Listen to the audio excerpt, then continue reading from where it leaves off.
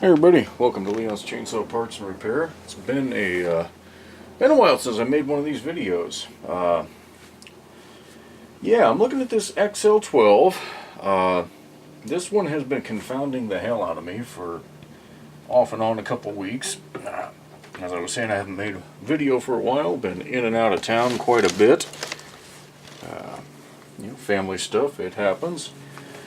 And when it's cold and wintry, I don't always want to spend a lot of time in a cold garage. But I had to get this thing going. So, as you can see, it's not going. It's completely torn apart. And I wanted to kind of describe what's going on here. So, customer shipped it in to me. He's been working on it off and on. And it would not hold a rev. Would idle all bloody day long, basically. But when you go to pull the trigger, it would rev up and then just cut out. And if you did that in quick succession, it would just die. So I started with all the normal stuff going through the carburetor. It's got a Tillotson, what is this, a 1? HS1? HS4D. So original carburetor, one of the earliest that was used on these saws. And, you know, nothing looked horribly out of place, but I went through the motions of putting the proper kit from Tillotson in there, readjusting everything, and made no difference whatsoever. So after that, I decided I had to get into this thing and really inspect and figure out what the heck was going on. So one of the first things I checked was the reed valve here. That is in good shape. You probably can't see that from there, but I can tell you it's in good shape. It sits flat. And usually a reed valve, when it's bad, it's going to act the exact opposite. You can get it to rev out, but it won't idle for beans. Anyway, went through, started pulling stuff apart. The piston through the exhaust port looked pretty good. Dark, very dark. It's definitely been hot before, but I hadn't really noticed a whole lot. But as I looked closer, I could see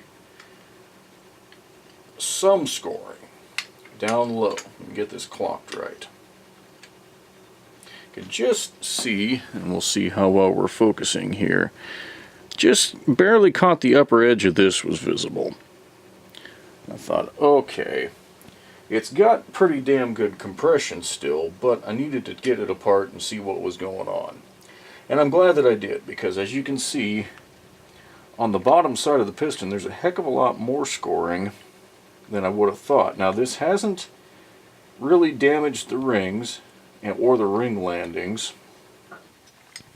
but it's even on the top side here, and it's right in line with the ports, the ports in the cylinder itself that it's going to pick up the fuel from.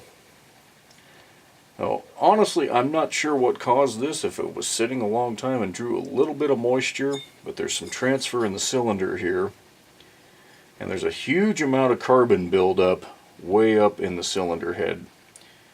A lot of carbon. A lot worse than it looks like on the dome of the piston here. But again, none of that still made enough sense to me to explain what it was doing. The cylinder gasket's in good shape, and it's the proper cylinder gasket for the XL12. Now that didn't explain it, but as I was taking these crankcase cover bolts loose in order to pull this whole assembly off, obviously that's the assembly there, the first clue that I had something going on is when I pulled let me back up, I pulled the fuel tank. And you can see this buildup of stuff all along right in here. And that basically sits right underneath the crankcase. And when I started pulling this apart, I could see all of this just build up, and it was wet from fuel from when I had just run it. It was actually wet down here. And that, I'm virtually certain I found what the problem was.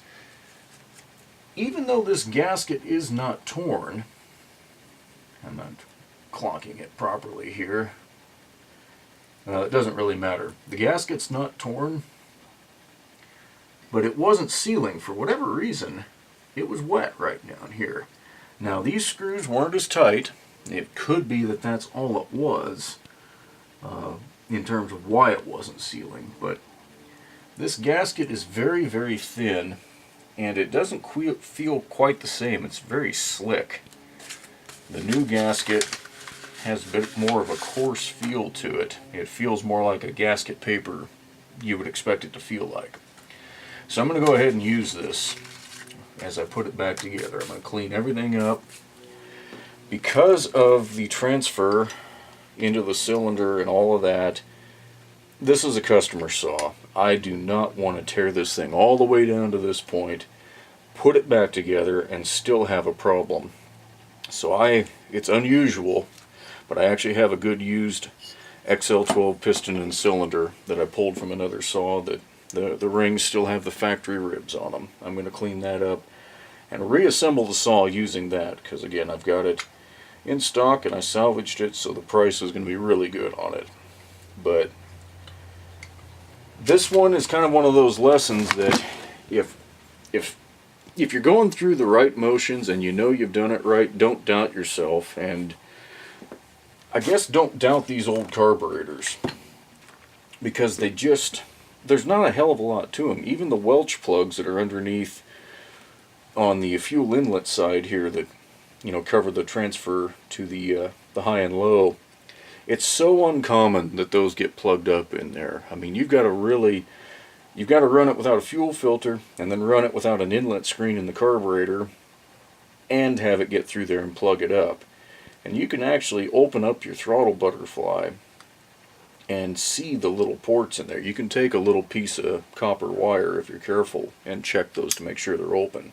I'd been through this thing enough, 3 times, honestly, double checking my work, going, geez, what is the problem here?